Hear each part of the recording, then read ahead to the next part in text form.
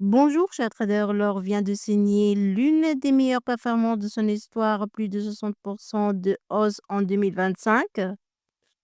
Et dès la première séance de 2026, il repart à la hausse.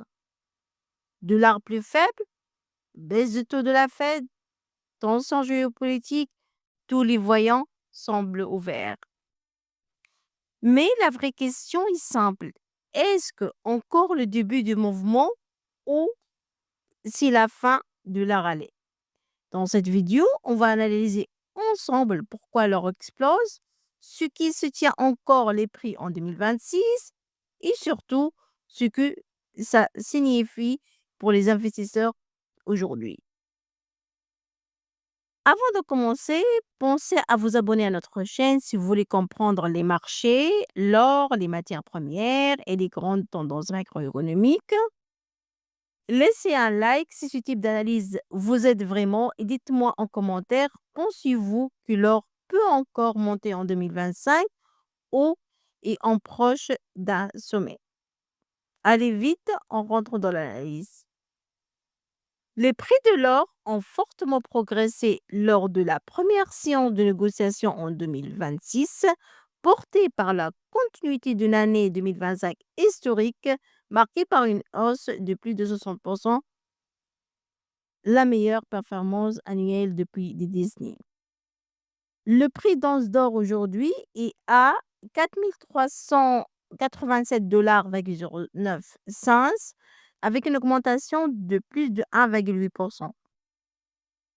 Il y a plusieurs facteurs qui expliquent la hausse de l'or et on va les voir ensemble. Le premier, c'est l'affaiblissement du dollar américain. Quand le dollar baisse, l'or devient plus attractif pour les investisseurs étrangers, ce qui soutient naturellement les prix à court terme et relance la demande mondiale. Le deuxième facteur clé, c'est la politique monétaire de la Réserve fédérale.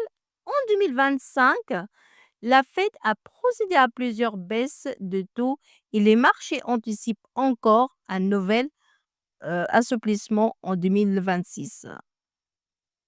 Des taux plus bas réduisent le coût d'opportunité de tenir de l'or, un actif qui ne rapporte pas d'intérêt, ce qui encourage les investisseurs à s'y positionner.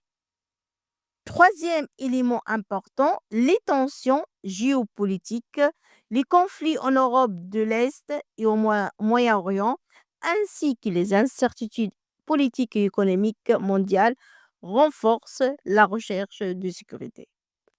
Dans ce contexte, l'or reste l'une des principales valeurs refuge.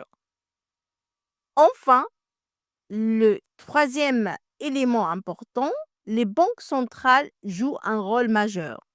Les achats d'or restent très soutenus, notamment dans les pays émergents. L'objectif est de diversifier les réserves et de réduire la dépendance au dollar américain, ce qui crée une demande structurelle solide pour les métaux précieux.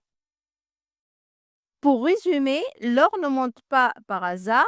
Entre un dollar plus faible, une politique monétaire toujours accommodante, des tensions géopolitiques persistantes et des achats massifs des banques centrales, tous les éléments sont réunis pour soutenir le métal précieux en ce début de 2026.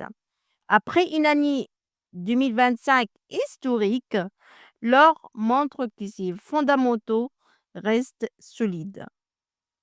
Mais attention, même si la tendance est favorable, les marchés n'évoluent jamais en ligne droite. La question n'est donc pas seulement de savoir si l'or peut encore monter, mais comment et à quel rythme. Dites-moi en commentaire ce que vous pensez. Est-ce que l'or est encore une opportunité en 2025 ou sommes-nous proches d'un sommet? N'oubliez pas de vous abonner à notre chaîne pour ne rien rater des prochaines analyses de marché et on se trouve très vite pour une nouvelle vidéo. Prenez soin de vous et à très bientôt. Au revoir.